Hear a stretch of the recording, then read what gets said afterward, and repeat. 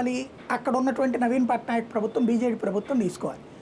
వాళ్ళు తీసుకున్నామంటే వాళ్ళకి అక్కడ గిరిజనులతో లింకేజ్ ఎక్కువ, ఓట్లు ఎక్కువ వాళ్ళకి. వాళ్ళని ఆల్రెడీ వీళ్ళకి కొంత కమ్యూనిస్ట్ ఐడియాలజీతో లింక్ అయ్యి ఉన్నటువంటి వాళ్ళు కాబట్టి వాళ్ళు ఆ గనుల్ని యాక్సెప్ట్ చేయలే.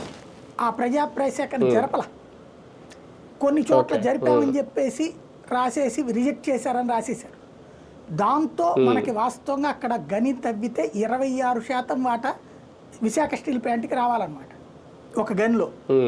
దాంతో విశాఖ స్టీల్ ప్లాంట్ సమృద్ధిగా ఉంటుంది. ఇంకా అవసరమైతే కాస్త రా మెటీరియల్ మిగతా వాళ్ళకి కూడా అమ్మగలదు. అది ఆ విధంగా కూడా డబ్బులు సమకూర్చుకోగలదు.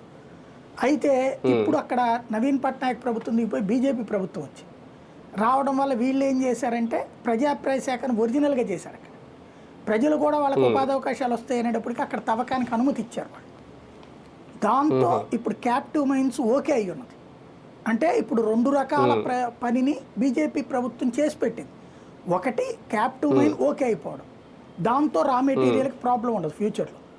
నెంబర్ 2 వచ్చేటప్పటికి ఫైనాన్షియల్ అసిస్టెన్స్. ముందు ఇప్పటికే ఏడాదికి 5,000 కోట్లు, ఏడాదికి 4,000 కోట్లు ఇట్లాగా అప్పుల పాలైపోతుంది, అప్పుల మీద వడ్డీలు తీర్చుకోవడానికి.